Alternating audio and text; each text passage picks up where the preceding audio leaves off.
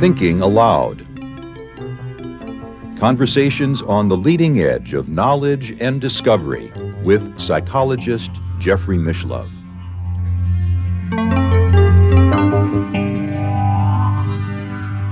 Hello and welcome. I'm your guest host, Emmy Vadnais, filling in for Jeffrey Mishlove.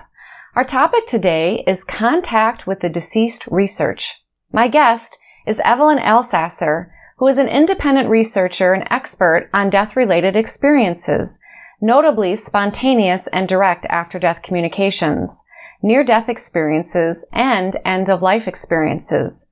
Over the last 35 years, she has dedicated a large part of her time to the research and dissemination of information on these phenomena. Over the last decade, she has focused her work specifically on spontaneous and direct after-death communications. She is the project leader of the 5-year ongoing research project, Investigation of the Phenomenology and Impact of Spontaneous After-Death Communications, with team members Chris Rowe, Callum Cooper, and David Lorimer. She is the founding member of the Scientific Committee of Swiss IANS, the International Association for Near-Death Studies. She is author of numerous books, book chapters, and articles, and her books have been published in many languages. They include On the Other Side of Life, Exploring the Phenomenon on the Near-Death Experience, Talking with Angel about Illness, Death, and Survival, Lessons from the Light, What We Can Learn from the Near-Death Experience, co-authored with Kenneth Ring, and her new book, Spontaneous Contacts with the Deceased. A large-scale international survey reveals the circumstances and lived experience of after-death communications and their beneficial impact, which is our topic today for our conversation. Evelyn is based in Switzerland, and now I'll switch over to the internet video. Welcome, Evelyn. It's such a pleasure to have you with us today. Hello, Emmy. I'm very happy to be here, and I thank you very much for your kind invitation. So to get us started, can you share a little bit about what is an after-death communication? An after-death communication occurs when somebody has the impression to be contacted by a deceased person. Normally, they know who the person is, but not always. These contacts are spontaneous, meaning they're non-solicited, and they're direct, meaning that they are not taken place with the help of a spirit medium. They happen directly between the deceased person, who is allegedly establishing the contact, and the person who is sometimes but not always bereaved. So there are different types of ADCs. They can be perceived by 4 of the 5 senses. The person who has the experience, whom we call an experient, we could also call him or her a recipient, we call them experient. They can either see the deceased person, they can hear them, they can feel touched by the deceased person, or they can smell a fragrance which they immediately put in connection with a deceased person, being a characteristic smell of the deceased person, can be a perfume, an aftershave, tobacco, or any other fragrance which they associate immediately with a deceased person. Then we have, ADCs during sleep, when falling asleep or waking up. And we also have the experience of simply feeling the presence of the deceased person, being sure that the deceased person is present. They can even localize them in space. They say, my deceased father was standing in front of me, a little bit to my left, for example, but they don't see them, they don't hear them, they don't feel touched, and they can't smell any fragrance. So that would be just the impression or the sensation of the presence of the deceased person. And you explored these topics for yourself personally because Well, my interest was first for several decades with near-death experiences. I worked in this field for a long time. I've written books and book chapters and papers. One of them with Kenneth Ring, Lessons from the Light. So for many years, my interest was with NDEs. And then maybe about 10 years ago, I suddenly got very interested in spontaneous and direct after-death communications. And this is now the field I'm working in. Yes. And your amazing new book that is just very extensive, seems quite comprehensive of many ways that people can have these spontaneous and direct communications. And one way that I kind of think of it is that it wasn't elicited from the experience. It was something that seemed to spontaneously occur. Sometimes you mentioned in your research that the people were bereaved or grieving, but that wasn't necessarily all the time. No. Yeah. And through your research, which I'd love to explore a little bit more because there's so much fascinating information that I think that can really help people. Through your research and your experiences over the years, your own personal fear of death, you say, is non-existent anymore. Yes, that is true. Well, my interest in those subjects started really when I was very young. When I was a teenager, I was very worried about the thought of death, which I imagined like something very dark, very cold. I was really worried about this subject, even though I had no immediate reason to be worried about death. Nobody was ill in my family and I didn't have any health issues. It was just, a concern I had. So that's what brought me to studying near-death experiences and eventually after-death communications. And yes, indeed, today when I think of death, I think of love and light and something really beautiful. So yes, it did radically change my conception of death. That's beautiful. And I'm hoping that will help many of the viewers and listeners here today as well. And also in reading your research, I really felt, quite soothed and comforted. I actually read a majority of it. It just worked in my schedule on the first anniversary of my own mother's passing. So thank you for that and your team members.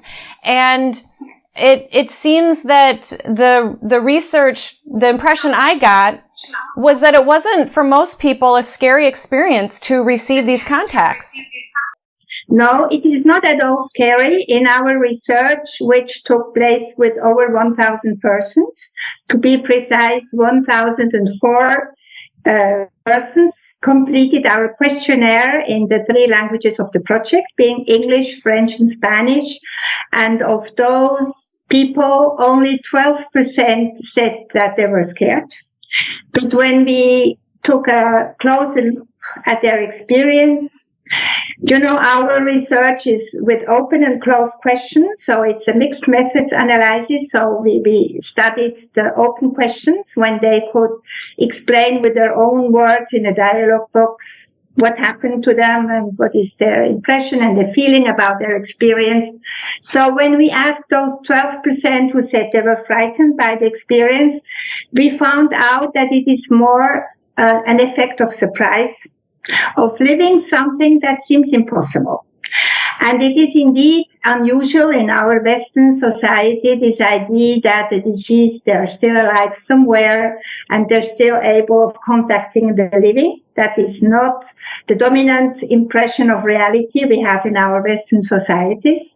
So for people who are convinced that death is the end of everything, of course, they're very surprised to see their deceased father sitting in their living room and smiling at them. It is impressive.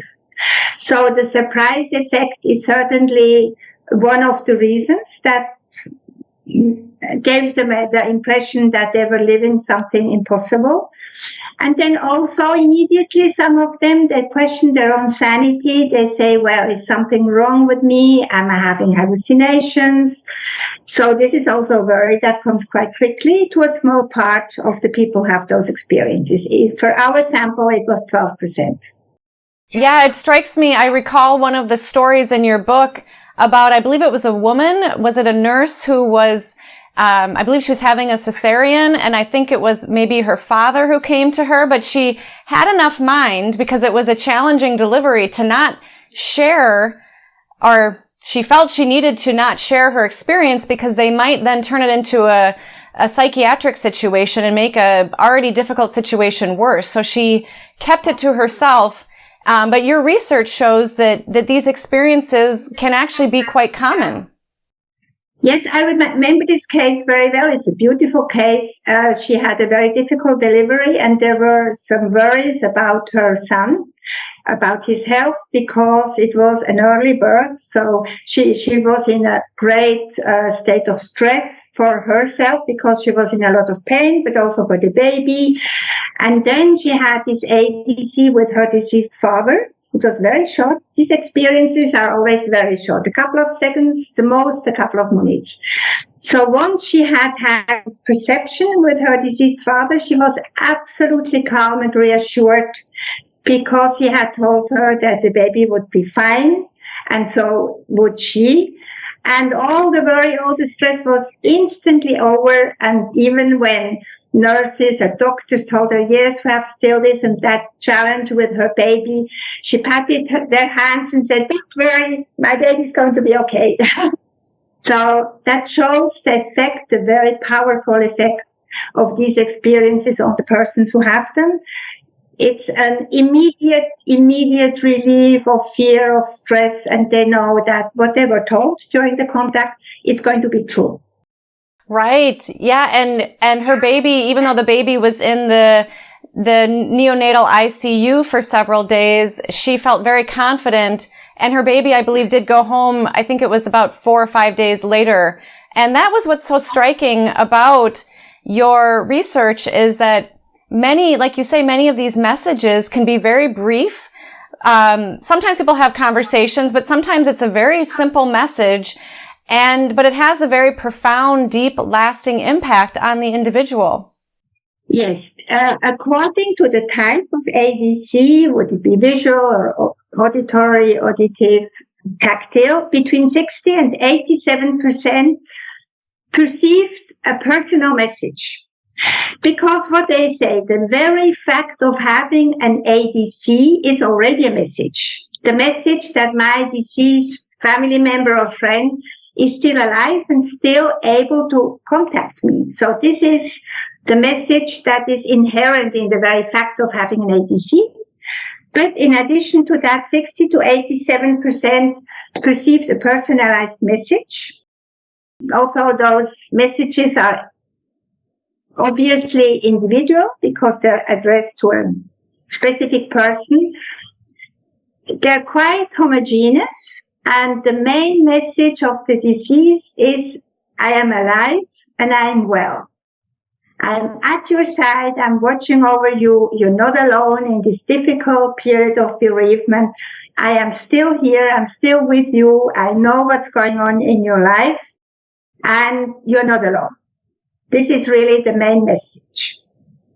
Also very interesting are information of messages providing previously unknown information. And one of our team is currently working on this subject because these cases are evidential.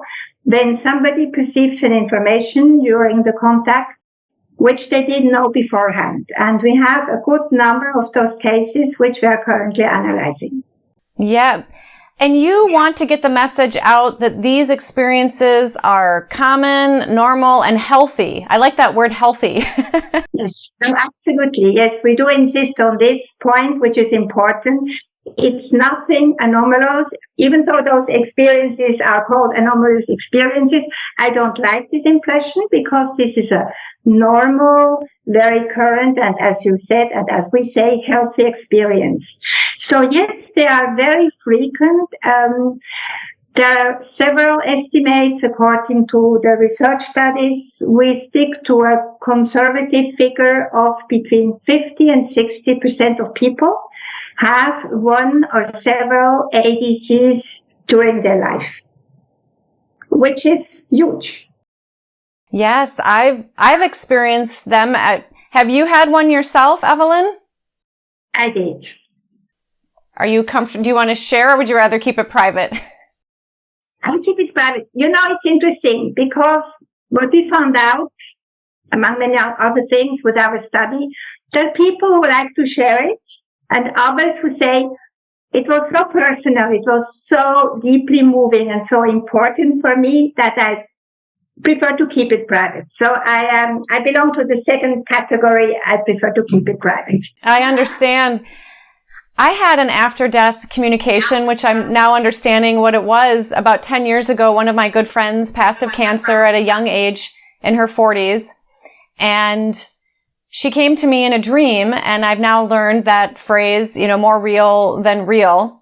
And she said the exact message, which seems to be an overarching message of what your research has shared, is that she said, I'm alive. We don't die. I'm good. I'm well. And it really helped for me, and as you share in your book and your research, that it seems to help people with their grieving and their sense of loss to realize that, wait a minute, they're not really completely gone. It helps them tremendously. It has a lot of impact on many levels. It has an impact on their belief system. It has an impact on the grieving process. It does not necessarily have an impact on their sadness. This is something which we found out. For example, 44% said that their sadness was reduced, and for 10% it was eliminated. But for 31% it remained the same, and for 2% it even increased. This is very interesting because knowing and being completely convinced that our deceased loved ones have survived physical death and are well in a dimension which we cannot even start imagining, so we don't know, and probably don't need to know. We just know they are somewhere in a place or in a state, maybe it's just a state of consciousness, in which they are happy and doing well and watching over us. The connection, this inner bond is still there.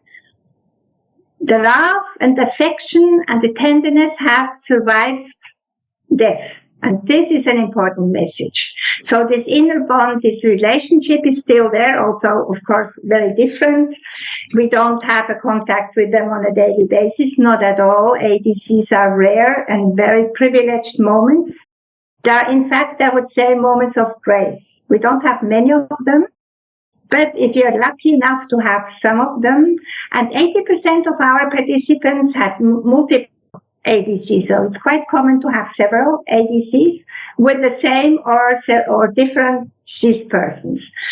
But you see, the impact on sadness is not so clear-cut, because what remains, of course, and what is so difficult is the physical absence of the significant other. They're not here anymore, and they will not come back. So this is, of course, the most difficult part of the grieving process, to accept this fact that they will never again come back. So sadness is impacted only partly, but what is very strongly impacted is their belief that they're still alive. Only 1% of our participants do not believe that there is life after death. And also only 1% are not convinced that the deceased can contact the living. So there is a very significant shift in their understanding of death, of the afterlife, and also of their belief system, and of their own conception of death. For example, their own fear of death has also significantly decreased. They're much less worried about their own death, because now they're convinced that we all will survive physical death. But it does not prevent them from having to go through the grieving process. If you have an ADC, or if you have had no ADC, you need to do this work of the grieving process and accept the permanent and definitive physical absence of the deceased loved one, and learn to live and reorganize your life without this essential person in your life. Yeah. You mentioned the term anomalous, and I think that sometimes, of course, that word is used to describe something we don't fully understand. And thank you again to you and your team members and other people who've done work in this area to help us realize that it is something that many people do experience. And also, I think that word is used to kind of describe something that we tend to put in the category as metaphysical or spiritual, when one really contemplates it, it's all connected. It's not necessarily, one or the other, although it seems that because we're not able to, well, that's not true. I was just about to say you're not able to physically see the deceased person. Some of your accounts, people actually describe physical manifestations. Can you share some of those experiences? Yes, apparitions, they come in the third rank. I believe I sent you a table of the occurrence by type of ADC. So in the first position, we have sleep ADCs. 62% of our participants had an ADC when falling asleep, during sleep, or when waking up. And they immediately say it was not a dream. It was completely different from a dream, much more real, much more memorable. So 62% had an ADC during sleep, but 52% of those were woken up by the contact. And this is important. So it's not only dream ADCs, not at all. 52% were woken up, and then their experience fell into one of the other categories. Second place, tactile ADCs, 48%, and then visual ADCs, which we just mentioned, 46%. This is more than we expected. We didn't think that apparitions were as frequent as that. Then 43% auditory ADCs, 34% ADC of sensing a presence, 28% olfactory ADCs, and 21% of crisis ADCs. I think it is important to spend 2 minutes talking about crisis ADCs, which are extremely interesting.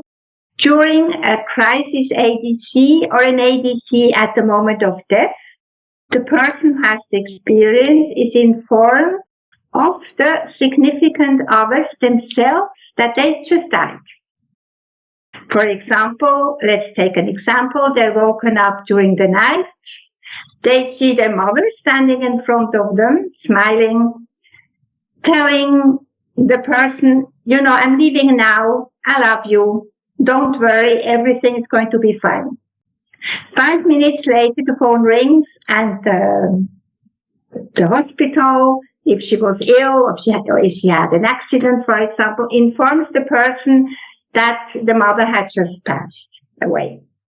So this is very important because, materialists often say that ADCs are just wishful thinking or a compensation, an unconscious compensation of the grief, of bereavement, that people would be so desperate of having lost somebody they love that they imagine having had this contact. But that doesn't match the data. In any case, it doesn't match our data because for the crisis ADCs, which happen to 21% of our participants, they were not yet grieving. They were grieving afterwards, of course, but not at the moment when the experience happened. And also, and this is also important to mention, 12% of our participants perceived a deceased person they didn't know, which is much more than we expected. And we're going to look into that more deeply because this is very interesting. Why do these experiences occur? How do they unfold? What impact does it have on experience? And it is true that they seem to be of a completely different nature because they have the bond of love and tenderness between the experienced and the deceased person. So they can be frightening, they can be disturbing, and often the experience, they don't understand why this deceased person they don't know has contacted them. Are they maybe frightened? Are they maybe not aware that they're dead? Do they need help? So that can be quite disturbing for the experience. But for the 12% who had the contact with a person they didn't know, of course, they were not bereaved. So the wishful thinking hypothesis doesn't match the data for those cases neither. Then we have ADCs for the third person. They're quite common. We have a good number of them in our database. When somebody perceives a message to be communicated to a family member or friend of the deceased person. So maybe they know the person, maybe let's say it's an acquaintance, a neighbor. They know they died, but they were not very close to them, so they were not bereaved at all. And then they perceive this person who asked them, could you please tell my family that I'm fine? They shouldn't be so sad. I'm doing well. Please tell them that I'm still alive. So in these cases, the experience are not bereaved, of course. And also for ADCs, for protection, for warning and protection, which, as the name indicates, help to avoid or permit to avoid dramatic events like an accident, like a fire, like a drowning, like something really could be very dangerous or even life-threatening for the person. They are informed, they are warned by a deceased person that this will happen if they don't take certain steps, which then most of them take, not all of them. I'm going to come back to that just in a minute. So those types of ADCs tend to happen many years after the demise. That can be even years or decades after demise, when the person is not bereaved anymore, or maybe was never bereaved. Let's imagine the case of a man who has a contact, an ADC for protection, of a warning from his deceased grandfather. But when his grandfather died, he was a child. So he was, of course, at the moment of the ADC, not bereaved anymore, or being a child, maybe he was never really bereaved. But what is very interesting, most of our participants heeded the warning. They took that on board and they didn't do the action that was supposed to bring them into big, big trouble. So nothing happened because they followed the advice. But some of them didn't. And I remember the case of a young woman, and that's a very interesting case. She had this perception that she's going to have a very serious car accident and that she shouldn't take the car. But she didn't really completely trust her perceptions. So she said, no, I want to go to this place and I want to take the car. But since I have this odd feeling, I had this perception, I'm not going to take my daughter with me. So she left the daughter at home, she took the car, and she had a very, very serious car accident. She was in hospital for several months. So the warning, which she did not follow, became true. Which is not very often the case, because normally people, they take the advice and then nothing happens because they don't take the action, which could be potentially really dangerous for them. To reiterate, your research was 1,004 participants across 3 languages, English, Spanish, and French, and had 194 questions. And I believe you shared that all of the participants, even though it may have taken them an hour to 2 to complete your survey, all of them completed it. Not all of them, but most of them. We checked that. Very few dropped out during the process of completing the questionnaire. So that shows how important this experience is for them. They really want to share it. They really want to participate in a survey, in a research project, because they know it's difficult to talk about ADCs. Sometimes they never talk about it. And sometimes they say, this is the first time I tell somebody by completing your questionnaire what happened to me 25 years ago. So it's not easy for them to share them because often they're not believed. Or people say, yeah, of course, you're bereaved, you're probably a little bit depressed, so you must have imagined of having seen your deceased husband, So that's very painful for them because they know it's true. For them, it's true. Nothing will make them change their mind. They know this happened. And they would like to share it because it was so beautiful and it was so important for them. And when they're not believed, it's quite painful for them. And this is also one of the reasons why it is so important to do research on ADCs, to talk about these experiences, to make the most current knowledge about ADCs available as widely as possible, not only in academia, but also for the general public. And I would say even mostly for the general public. That's what I do with my books, which are really meant for the general public. And I received many emails and people say, I'm so glad I now know I'm not the only one who had this experience. I thought this happened only to me because I didn't hear about ADCs. You don't hear about them on TV. They're not in the media. Nobody talks about ADCs. I knew a little bit about NDEs, which are quite well known now, but ADCs are not yet known by the people. So they said, yes, I had this experience and it was so important for me, but so difficult to share. So indeed, yes, they were apparently really pleased to fill in our questionnaire. So this is a 5-year research project. We have finished the first part, which, as you said, were for the language groups English, French, and Spanish. And currently we're in the second phase, which will finish in June 2024. And next month we are going to reconduct the survey by using, of course, the same questionnaire in German and in Dutch.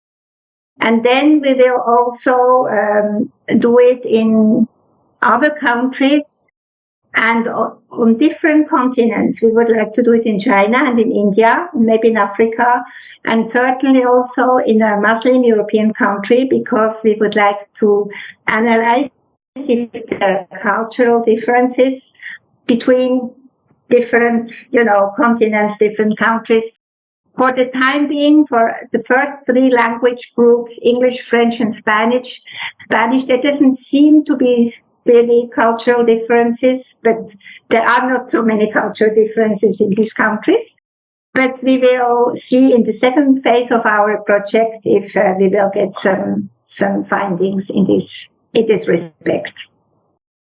Well, I love what you're doing, and a program that comes to mind around after-death communications that I think displays it quite beautifully is the show 6 Feet Under. They show certain after-death communications, although sometimes you wonder if it is a psychological projection, but it shows how they can happen to people and how they can assist them and support them as they go forward. One of the themes that you share in your research is how powerful the emotions are for people when they do have an after-death communication. Oh, yes, absolutely.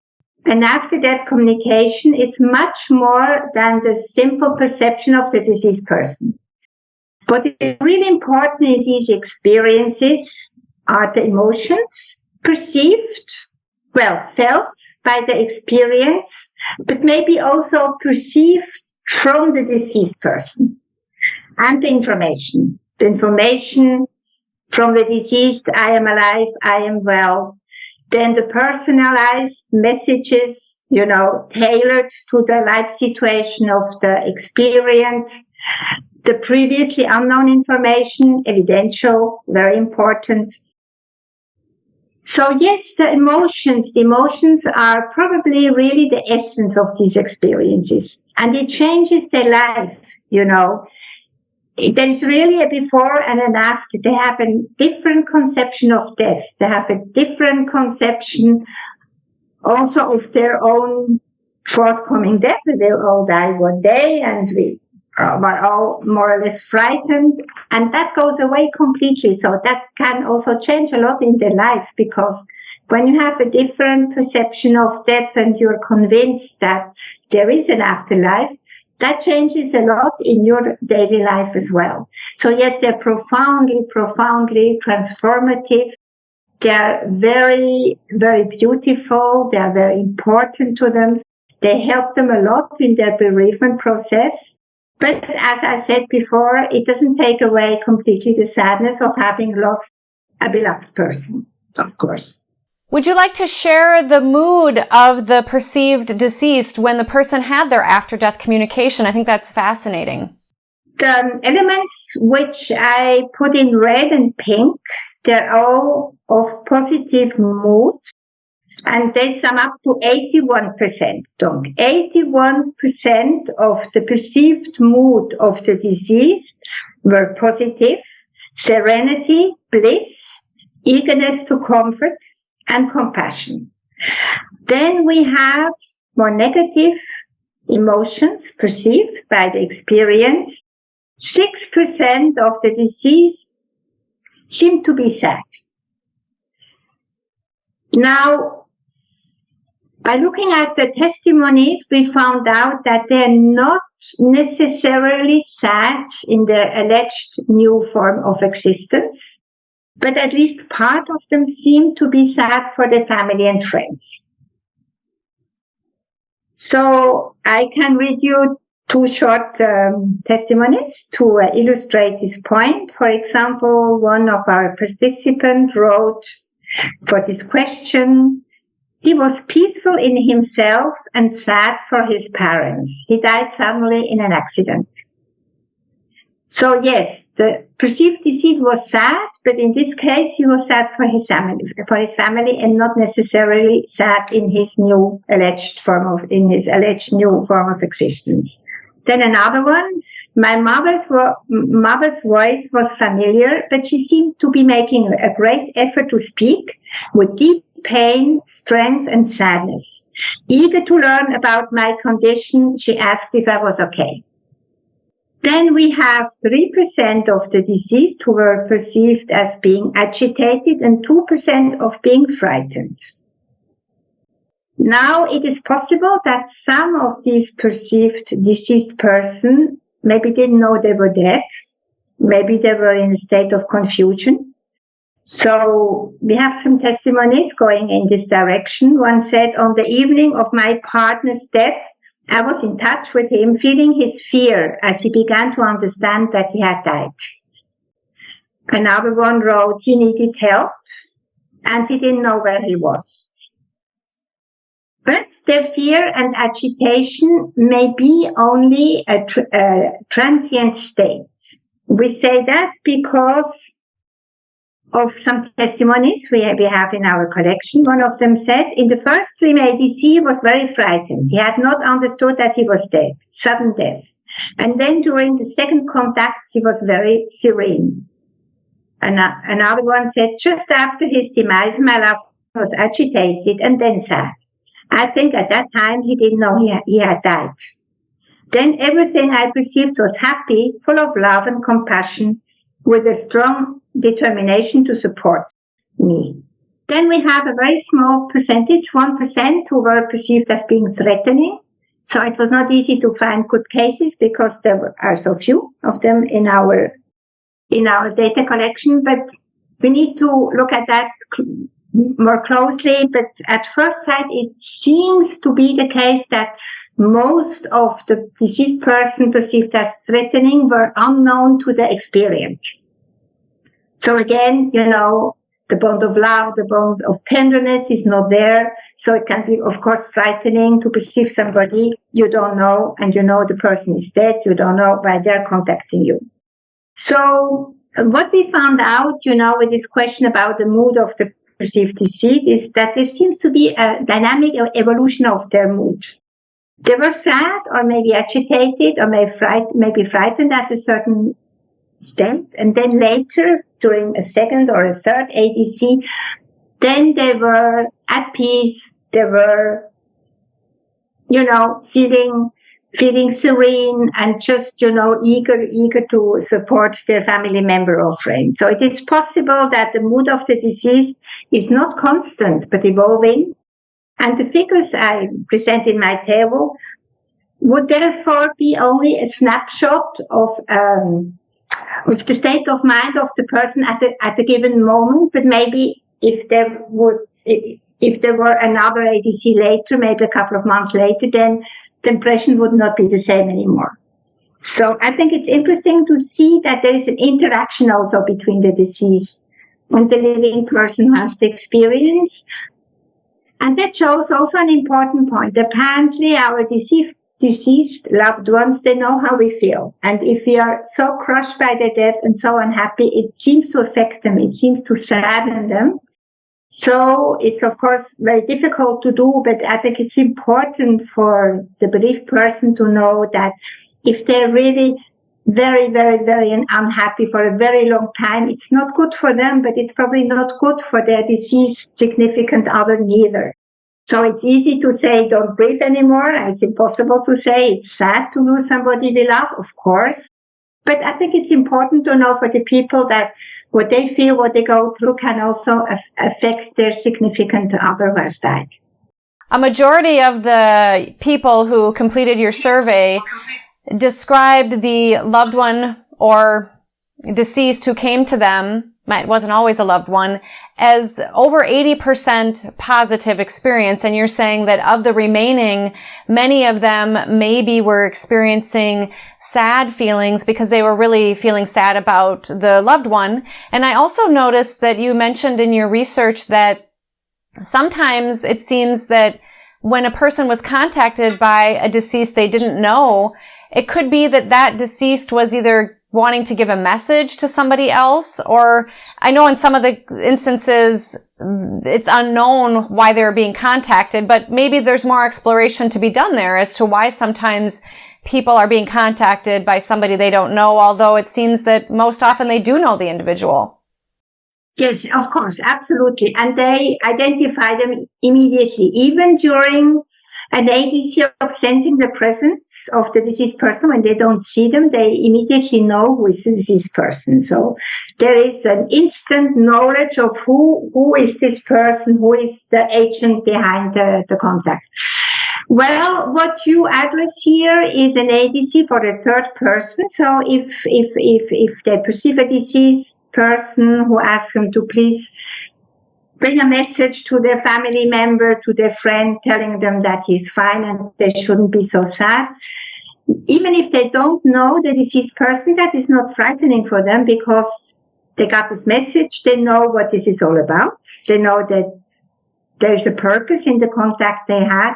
And then, well, they just have the difficulty of bringing this message to the concerned person. It's not always easy to ring the bell of your neighbor and say, I have a message from your deceased husband. So communicating the information will be a little bit difficult.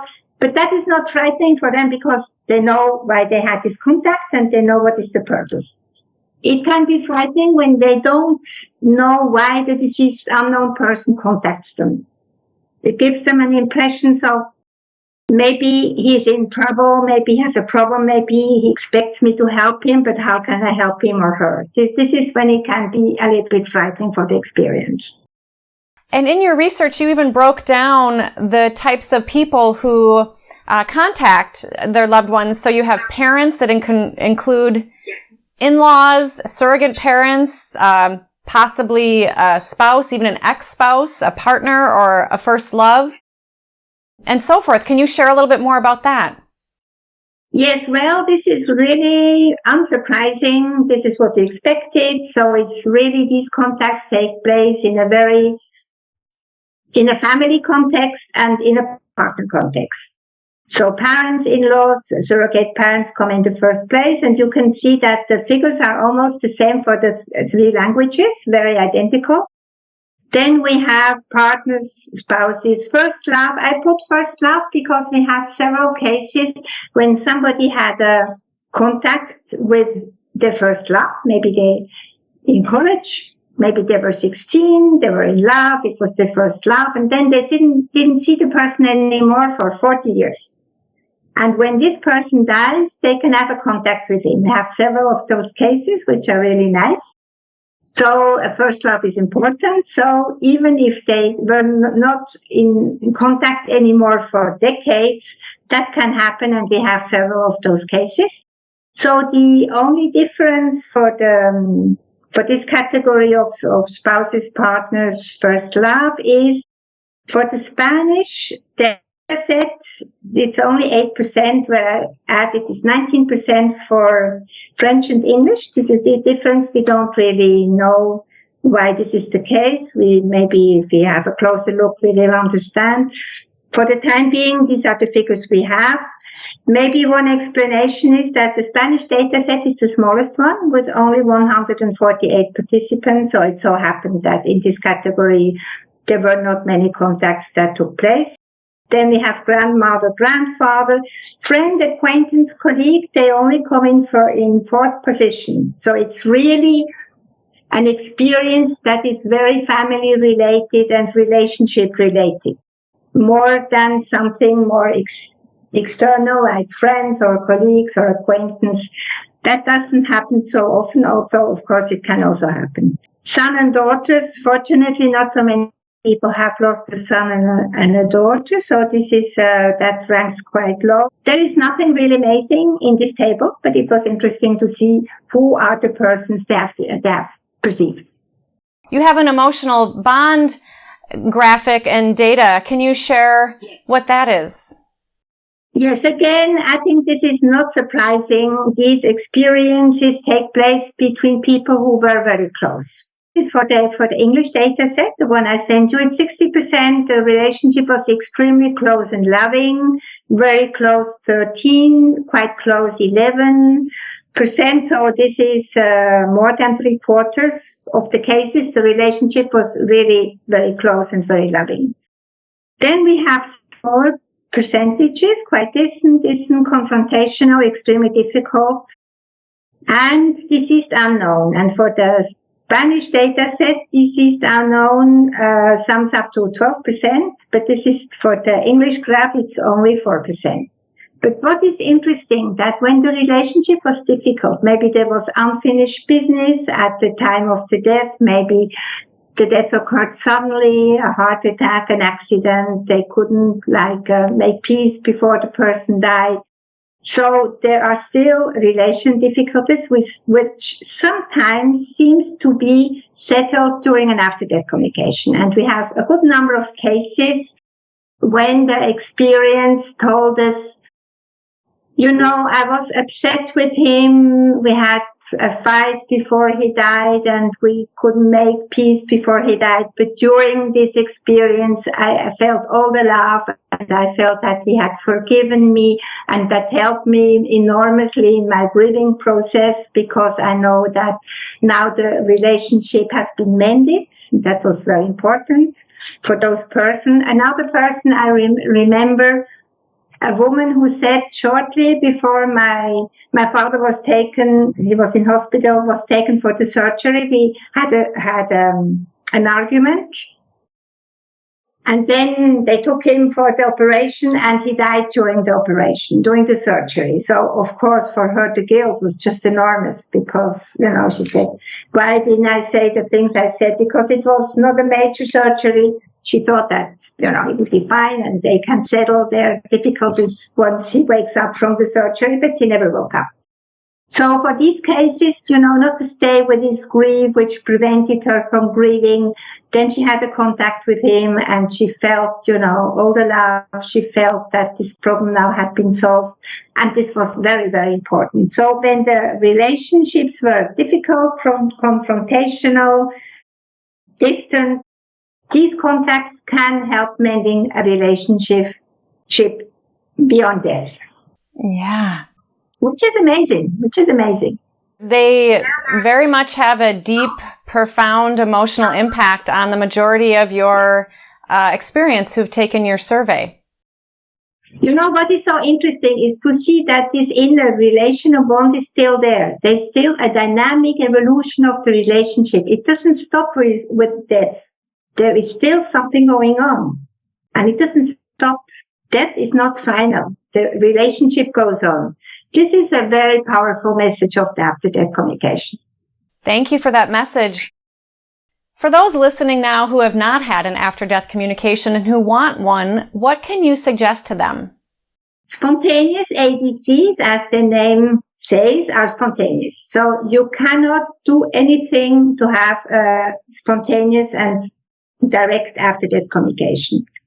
And what we know, and that is also interesting, that being a believer or not, being an atheist or agnostic, doesn't make any difference at all in the probability of having an ADC and in the nature of the experience. If you believe in an afterlife or you don't believe in an afterlife, doesn't make any difference for the probability of having an after-death communication. So it's not about your belief system at all, and it's not a religious experience. Although people become much more spiritual after the ADC, they don't become more religious. We have those figures. There's a very small increase in religiosity after death communication, but spirituality doubles after an ADC. So your belief system doesn't make those experiences occur or not. You cannot do anything. People really, really wish for a contact because they're deeply grieving, they're very sad, they would like to have a last contact with their significant other. It doesn't bring the experience, it doesn't make the experience happen if you really want it. And others who never thought that this could happen, they didn't expect that at all. And they were not waiting for a contact because they didn't thought that would be possible. Then they have an ADC. So you can't do anything. But of course, there are a lot of techniques, of methods, of traditions, which apparently can make you have a contact with a deceased person. You have the mirror gazing, you have the induced after-death communication of Botkin. There are other techniques also, other traditions, which apparently make it possible to contact a deceased loved one. But for a spontaneous contact, you cannot do anything for it to occur. I hear what you're saying, Evelyn. So a spontaneous and direct after-death communication seems to be initiated perhaps by the deceased loved one. And your evidence shows that while some people were grieving, some people weren't even thinking of the individual, or it had been years since they'd even thought of them, and then the deceased comes to them. When I was doing my guided imagery training many years ago, I was learning a technique to help a person connect with in a relaxed, inner focused state with something called an inner healer, inner guide, a wisdom figure. And during that training, I was in a group of maybe about 30 people. Several people had spontaneous contacts from, example, maybe a deceased grandparent or maybe a deceased parent who came to them. Most of the people were very pleased. Often there were great tears. They didn't expect this to happen. The facilitators specifically told us they made sure to not tell us that this was a possibility, although we learned later they knew that this could happen, but they didn't want us to have any expectation involved. And often they received really beautiful messages similar to the one that you're describing. I have since gone on to teach healthcare professionals this same technique. And I've done the same, where I don't tell people that this could possibly happen, although now I do. Initially I didn't, but now I do, because so many people do want these experiences. And many people do have these contacts, although you're right, very few people may not, and then they can get disappointed. But it was a beautiful experience to see that this could happen for people, and it often was very meaningful for them. Yes, absolutely. No, absolutely. There are many techniques to make this happen. It can be also under hypnosis and of course meditation. And the more people expect it to happen, the less it happens. So it's very good not to have any expectation. Yes. But not for the spontaneous ADCs, because they just happen. You cannot do anything. But for the induced contacts with the disease, it's good not to have any expectation. There is a bigger chance for it to happen. Right, and that's why I think the facilitators of my guided imagery training didn't tell us that it was a possibility, so we didn't have an expectation. Although I'm also a big believer in the power of intention, and I do know several people, myself included, who continue bonds with their loved ones and even have, inner dialogues or communication, sometimes even on a daily basis with their loved one. Yes, well, that is beautiful and certainly very healing and very helpful. But 27% of our participants were not grieving anymore, the deceased perceived person, or had never been grieving this particular deceased person. So it's really not, grief is not a precondition to have an ADC, not at all. And this is, often, as I said earlier, the argument of a more materialistic point of view that is just, intra-psychic phenomenon. It's not the case. It doesn't match our data because 27% were not bereaved or not anymore bereaved. And 12% perceived a person they didn't know. And we also asked them at what level of grief they were at the moment of the ADC, and not all of them were deeply grieving. Some of them were deeply grieving and very sad, but Others had already overcome partly, the grief of bereavement, were a little sad, but not completely crushed anymore by the death of this person. So there are different levels of grief when the experience happened. And we also asked them what they were doing immediately before the contact occurred. So one could imagine that, the general idea is it happens when somebody is crying and thinking about the deceased person and really so desperate. But that's not at all the case. Most of our participants were busy, active, they were working, they were driving, they were cooking, and not thinking about the deceased person at the very moment of the contact. So this is also interesting. Yeah, and some of those contacts, for example, you mentioned that in your research compiled several examples of people where they described that all of a sudden they just got sleepy and they needed to go lie down and then a contact occurred. And that happens in the hypnopompic and hypnagogic states. Yeah, absolutely. We have 2 or 3 of those cases when the person just had this tremendous need to have a nap in the middle of the day, what normally they didn't do. And they fell asleep and then the contact happened. Exactly. We have several of those cases. Very interesting. Can you describe a little bit about psychokinetic ADCs, lights flashing, clocks stopping? For example, one of my best friends, her grandfather passed a year ago. On the family farm house, the grandfather clock stopped precisely at the moment of his passing. Yes. They're very common. We have really a very big amount of those accounts in our data collection. They're very, very common.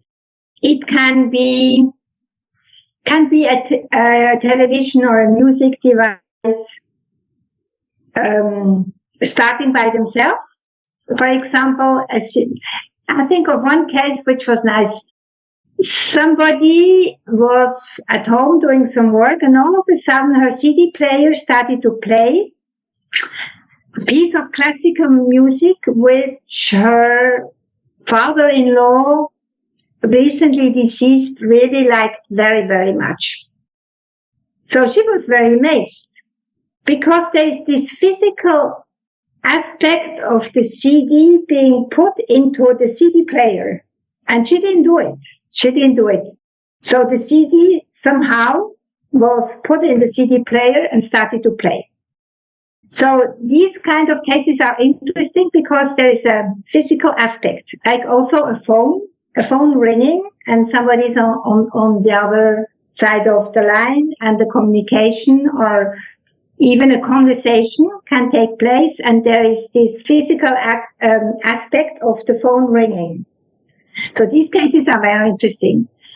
So we have many of those cases, and I think of one case which is particularly interesting. It's one of our French participants who was in her garden with her boyfriend. It was a toxic relationship. She tried to get out of this relationship, but didn't really succeed in doing so, and they were having a conversation. It was in the summer, there was no wind, the weather was beautiful, and she had a gate, with 2 doors, and all of a sudden one of the gates shut, and a very heavy gate, and it shut, and it was impossible because it had been attached to a very big tree with a cord, with a triple knot, so just impossible that just by itself this gate would close, but it did. And immediately this woman knew that this was her deceased grandmother, whom she had known very well because she was a child when her grandmother died. So there was not an extremely close connection because, as I said, she didn't know her very well. And she knew it was her grandmother who did that. And the message was, stop dating this man, he's not good for you. What is important to understand is the physical manifestation which cannot be explained. It's just, in fact, the pretext for something else that's going on. And what is going on is the fact that the experience, they know who has made this phenomenon have to happen and why, and what's the purpose, and what's the message, and what that will change in their life. So this is an interesting case because, we can all have everyday things happen. A device malfunctions. We don't understand why. We lost an object. We find it in a place where we're sure we never put it, but it's there. But we don't attach any importance to that because these are the things of our daily life and it's not important and it doesn't have any meaning. And then all of a sudden something happens, something of this order, and you know why this happened, and you know who made it happen, and you know why they made it happen. Another example is a woman who I believe was traveling and she was using somebody else's device to check her email. She logged into the email and was just beginning to check her email, and all of a sudden a message, I believe it was her deceased sister, showed up, and it was an email describing how she was taking this new journey and how beautiful it was, and describing this journey. And then she went to go look for the email again and it was gone. Absolutely. I remember this case well. Yes, it was the mobile phone of her boyfriend, because there were some other manifestations before. She saw some light flickering and she was a bit worried. So she called her boyfriend and she came. And then when he came, this happened with the iPhone of her boyfriend. And the message was of her recently deceased sister. It was an email she had sent some weeks ago when she was traveling, and she was telling the family that the trip was beautiful, everything went well, the trip went well, she arrived safely. And then, of course, she understood that as a message from her deceased sister, this time not talking about the trip she actually took a couple of weeks ago, but about the trip to her new destination. Absolutely.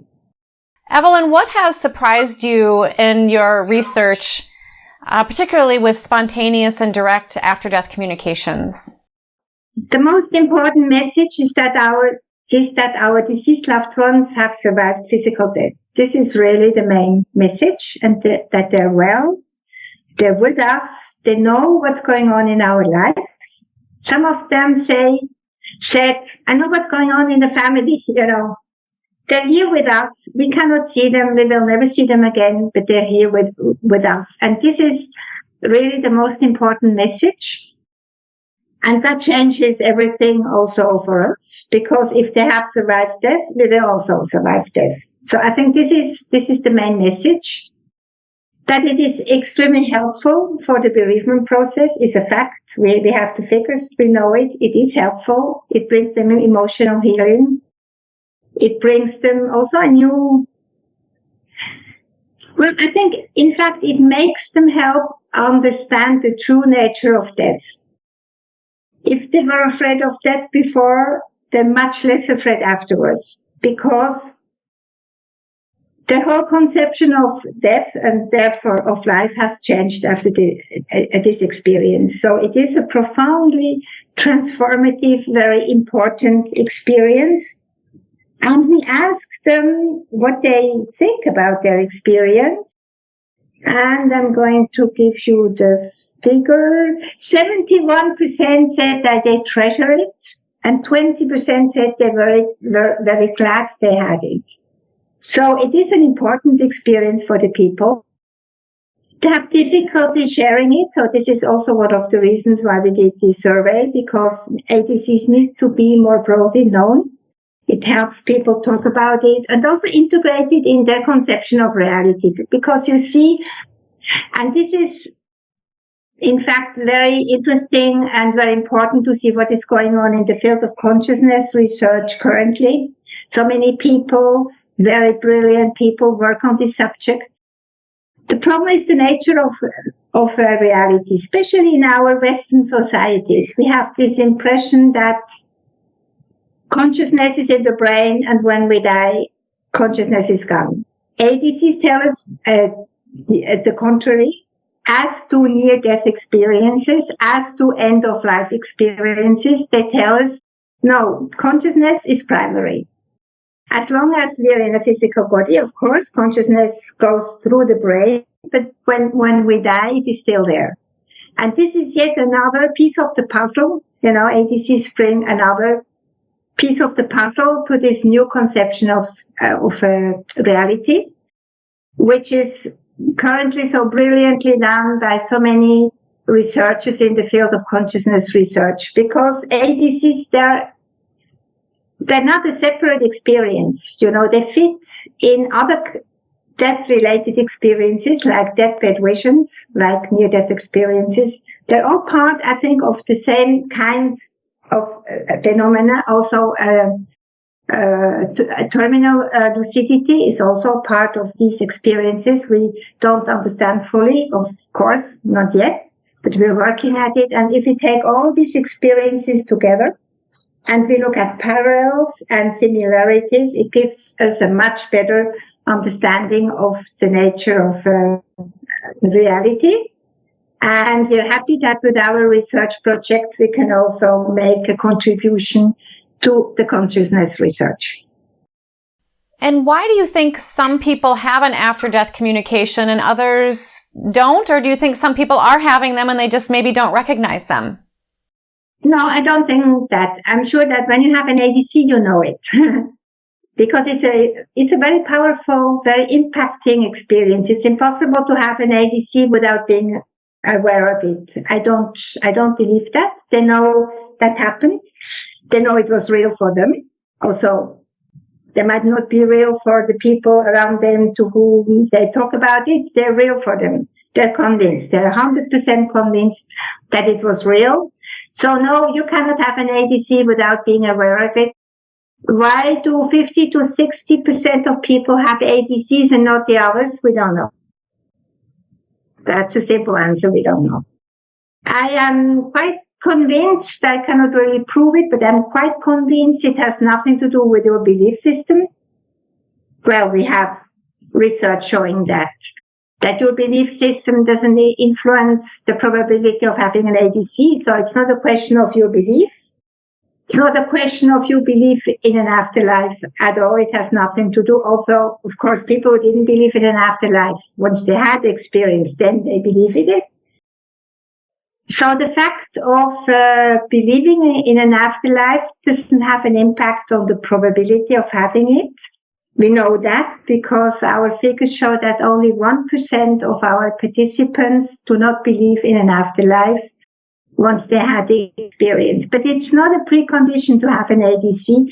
So we really don't know why maybe half of the population of the planet have ADCs and not the others.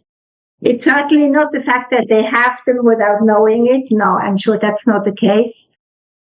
We don't know. Maybe future research will give us more information on this specific point, but for the moment, we don't know. What do you plan to or hope to research next? Well, we go on with our survey, and in parallel, we have also sub-projects. It would be also interesting to make a large survey on the number of people who have ADCs to get a more precise idea how many people have these experiences. It's possible it's more than 50 to 60%. So that would be also an interesting topic to investigate. Well, we have 25 research questions, which we are now dealing with one by one, and there's still many of them on our list. So we have work for at least 10 more years. And we will collect more data now with the German and the Dutch survey, and then the other language groups we will add. And the more data we have, the more information and understanding I think we will get of the after-death communication. So there is a lot to be investigated. This is really only the very beginning. As we build an understanding what ADCs are, what this is all about. We don't know anything about how they occur. We have some hints, for example, I remember one participant who said that his deceased significant other told her, I cannot stay for a long time because it takes me a lot of energy to be here. So I found that interesting. Might be related to energy, we don't know. We don't know. There's so much we don't know. This is why we and others will go on investigating ADCs. We are really at the very beginning, I think, only of a real understanding of ADCs. But this goes hand in hand with investigation on consciousness. You know, as I said, there are similar experiences advancing together. Maybe some go a bit faster, others a little slower, but we're all going into the same direction. And the discoveries they have in one field will help the other field to get a better understanding of their phenomenon they're investigating. So it's just a very fascinating period now. There's so much going on in the field of consciousness research. And yes, we will go on investigating ADCs, that's for sure. Are there any final thoughts you would like to share?